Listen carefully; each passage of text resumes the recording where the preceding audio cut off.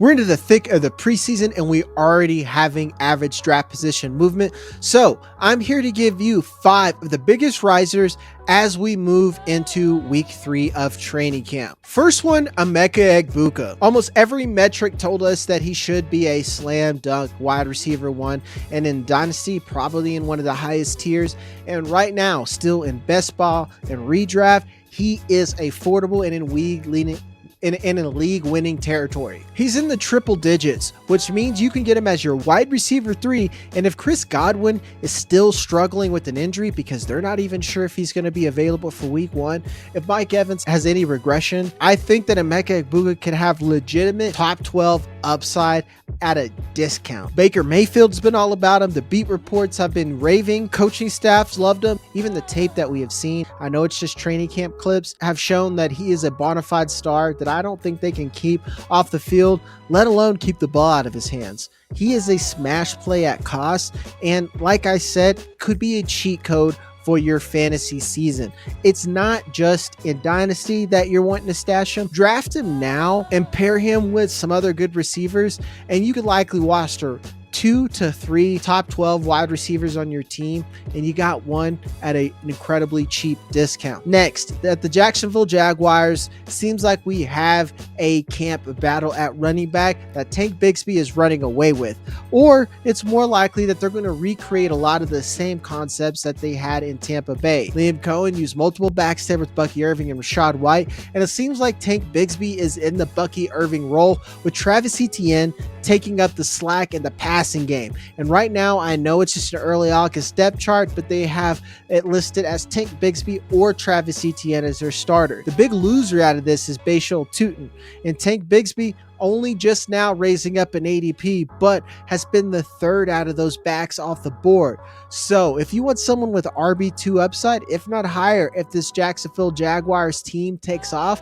like some of us expect, you got someone as your 3rd, 4th, sometimes even 5th running back that could be a perennial starter week after week. If you like videos like this, take a second to hit the like and subscribe button. Helps us get videos to you much easier. And if you want full access to all of our tools and articles, go over to RotoWire.com. Use the code YouTube15 and we can give you 50% off all your RotoWire subscriptions and off all of our products, so we can help you with our draft kit, our mock draft simulator, and a whole lot of cool stuff to give you the edge to win this fantasy season. Next, I'm not leaving Jacksonville. It's Travis Hunter. All the things I said about Emeka Egbuka seem to apply here with Travis Hunter, except what's suppressing Travis Hunter is the fact that I get that Brian Thomas Jr. is there, and B, he plays cornerback as well. I think those worries are baked into his cost, and if I can get Travis Hunter as my wide receiver 2, especially as wide receiver 3 for where we're drafting him, and the camp hype holds up to be true, I don't think it's out of the range of outcomes that Brian Thomas Jr. has a top 5 season if he continues what he did last season, and Travis Hunter, just like we saw from the Buccaneers with Mike Evans and Chris Godwin, could creep in to top 12 territory and have those explosive games. You need to chase variance, especially in the range that you're drafting Travis Hunter in, because those spike weeks could be the big difference in pushing you into the playoffs, especially if you have tiebreakers in there. If you're going to have him in your wide receiver 3 or flex spot, it's okay if he's going to have some weeks where, let's say, he doesn't have a 30 burger and he plays a little bit more defense and might only give you 6 points, because the boom weeks matter, and he's in an offense where you know there's going to be more boom than there is bust as long as Trevor Lawrence can handle it. Next, we're going deeper and down. We're going down deeper into the ADP. It's Kyle Monangai for the Bears. We already know that DeAndre Swift is a guy. They didn't pull anyone in the draft except Kyle Monangai, who was a late pick. Roshan Johnson's there, but we're going on, I think, past year 3 at this point, and he's just not that great of a player, folks. He's much better as a pass blocker, a goal line guy, very limited in what he's able to do in his abilities, and it shows.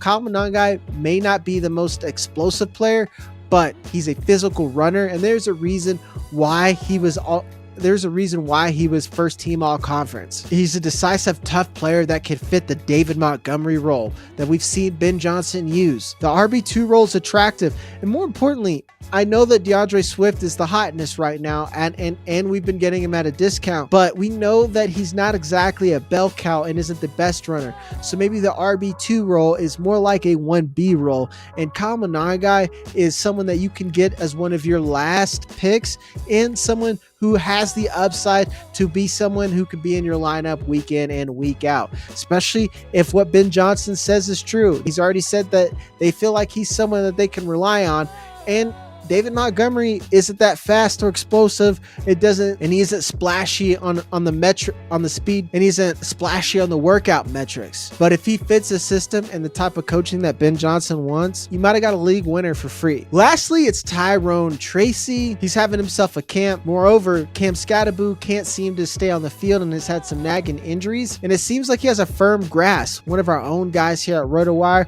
broke the story that he is the RB1 in camp to beat at this point. There is no competition. Cam Scatterboo is the RB2, who's probably just going to be a relief pitcher at this point. So Tyrone Tracy, we shadow realmed him as far as average draft position goes, and you could draft him right now and still have a discount RB2 on your team. It seems super easy for you to have a hero RB build.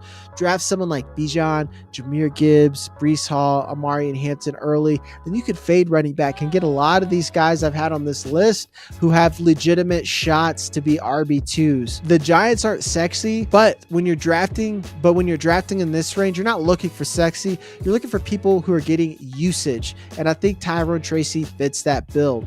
As always, hit the like and subscribe button. Go over to rotowire.com. Use that code YouTube15 and get access to all of our tools. Love you, and we'll see you on the next one.